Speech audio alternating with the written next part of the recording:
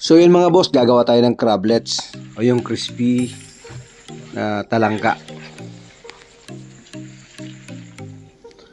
Una, tatanggalin natin yung ibabaw at ilalim niya.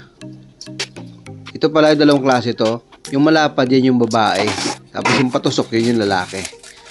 After nito, lalagyan natin ng garlic powder, then black pepper, salt, lalagyan ng magic sarap para mas malasa. Ayan.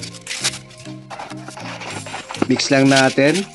At saka ganun din pala yung lalagay natin doon sa ating harina. Titimplahan natin ng garlic powder, black pepper, salt, and sweet paprika. Ayan.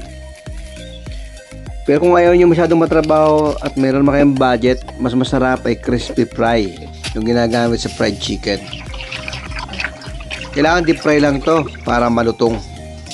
Kasi kung hindi nyo deep fry, hindi siya magiging crispy. Lutuin nyo siya at least mga 5 to 8 minutes. At i-test nyo rin kung malutong na. Yan. Ito na ating result ng ating crispy crablets. Sarap sa pulutan.